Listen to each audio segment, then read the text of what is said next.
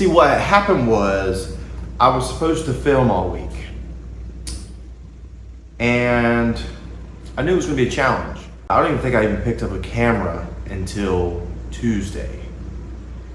We'll go ahead and show that clip because it's kind of funny how ambitious I was for this. So roll that clip. What is up, guys? We are here in Merritt Island, Florida at Mount Sinai Youth Camp. This video is going to show as much as possible of the camp we had this week. And as you can see there, I thought that I was going to start filming on Tuesday, just pick it up and roll with it and capture all this great footage. And I did not. Luckily for me though, there was people there with their phones, they were videoing, so I have some great footage of different events, different things that happened during the week. But first, let's go over to myself, Leah, Gavin, and Taylor as we tell you what happened this week and let you see it firsthand. Who wants to tell us what happened on Monday? I can. So we wake up at an ungodly hour and Okay, I'll pick it up from here. We arrived at the campground about 10:20. This turned out not to be a whole enough time for us. Nobody was supposed to show up until 1 o'clock. All the campers were delayed almost an hour, the counselors, the workers.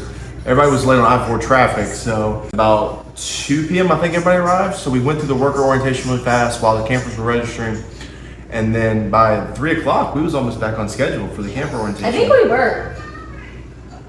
So camp orientation at 3, that went well, I think. Yes. Then from there, we went into Spirit Hour. Is that what was next? Mm-hmm. That went well, Yeah. I think. Yeah. Spirit Hour was a good hit. Yeah, I think so. Everybody too. loves Spirit Hour. From there, after Spirit Hour, I think everybody went to dinner. Yeah. Yeah. And let me just say, I was expecting like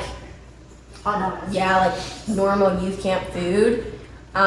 They exceeded my expectations. We had church the first night, and that absolutely was That was a great service. fantastic. Yes. Tuesday, I'm trying to think of what. That week is such a blur. It really is. Tuesday was our first dorm inspection. Correct. Yeah. That was my favorite part of every day. Me too. We got to go in and judge the rooms based on their cleanliness. That was a lot of fun. Brett and Cody, their dorm was spotless. Fantastic. Oh, Yeah. insert the clip here. Check this out.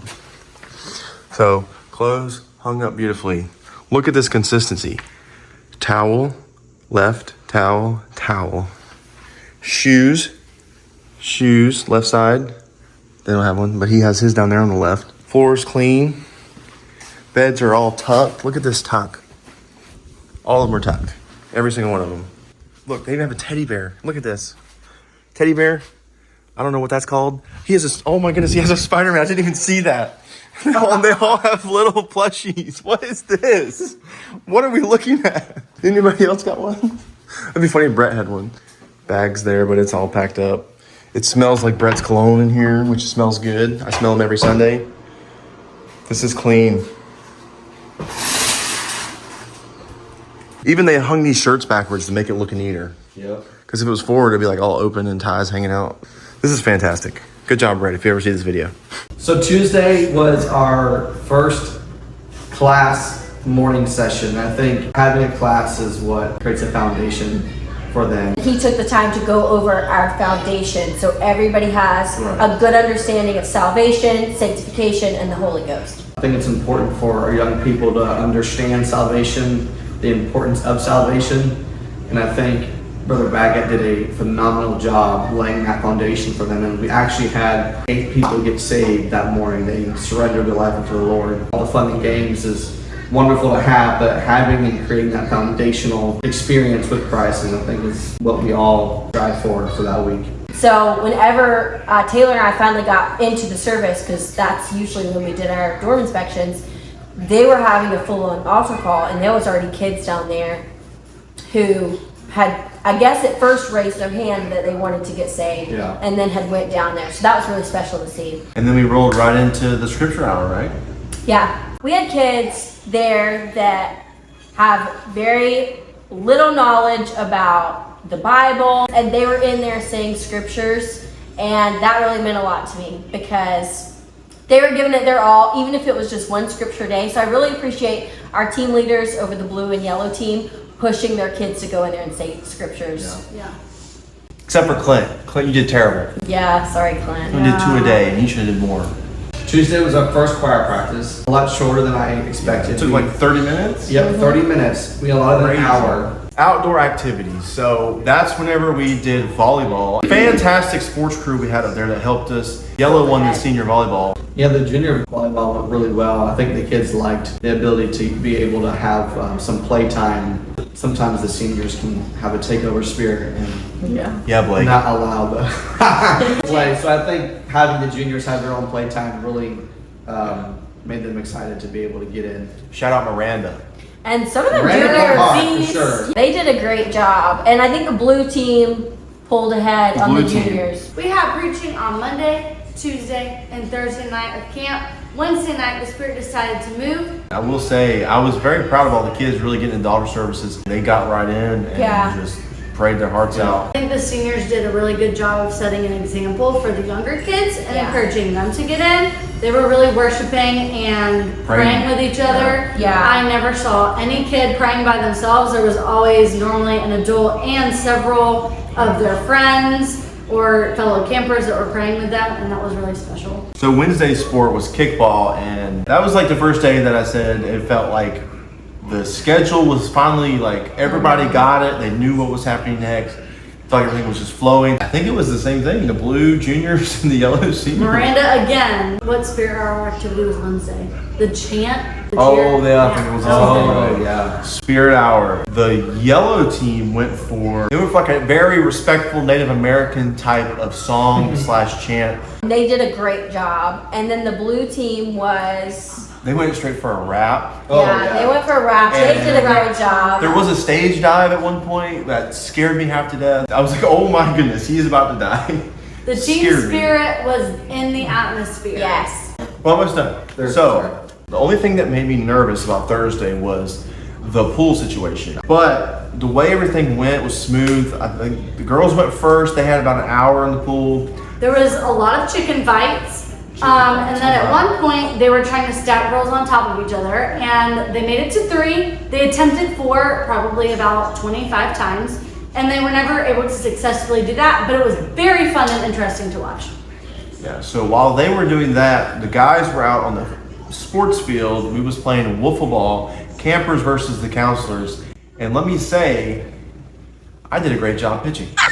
The campers, they just couldn't hang with us old guys, so we had to put them in their place. And then once that hour was over, guys headed over to the pool. A lot of the boys had fun throwing the football and jumping into the pool at the same time. And we just relaxed. I relaxed. Yeah. So Thursday night, church is going on. Fantastic service. Yeah. People are praying everywhere. I'm trying my best just to pray so hard. And I almost passed out Thursday night. They had to go give me a Gatorade and a candy bar. I felt very humiliated and embarrassed. Gavin, what did you notice on Thursday night? Thursday was a phenomenal service. No music. All you heard was just people praying. Brother Gans had some of our ministers that were at the camp and their wives go into side rooms halfway through the service and start praying for the altar service specifically.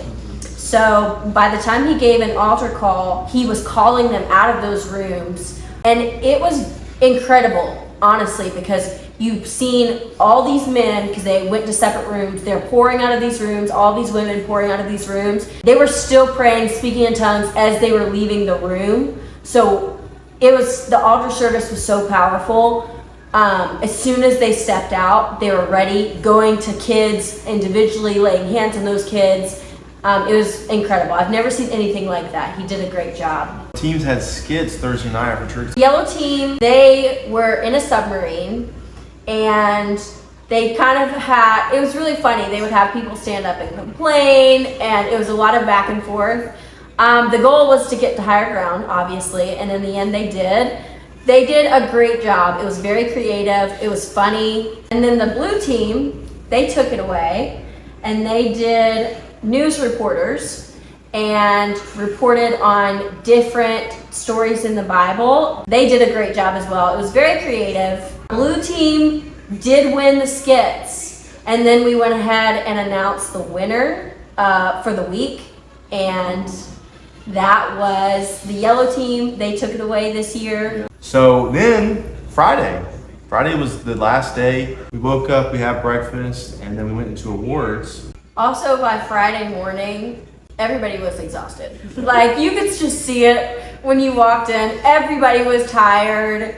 They were ready to go home. So Friday after awards, we went straight into cleanup, and we had so many campers that helped and adults. Dorm people that were exhausted by Friday, they stayed and they helped clean, and we really appreciate that. Left everything really nice, and then we all went on our way, and we are excited for next year. Yeah, so stay tuned. Next year, 2025, MSYC could be a new location, could be more teams, could be different classes, could be all these different things. You never know what's going to happen. We're excited for it though. So now that we've heard it from the outside perspective, now we're going to hear from Abby on the inside. So her, along with Brock and Victoria, they were the team captains for the blue team, and they actually had to be involved in these games and activities, and they had to come up with these skits and these different challenges that we were putting out there. So Abby, take it away. So my Monday morning started off typical. We got up, I got coffee, and then I had Timothy with me, so we just started trucking it down to Merritt Island. The first thing that we did our spirit hour, where we introduced everybody on their teams. I was a blue team captain, so that was fun. I was excited to, hand out everybody's stuff and just to impart that excitement to them. We had good captains, so it was me, Brock, and then on the yellow team, it was the Colettes.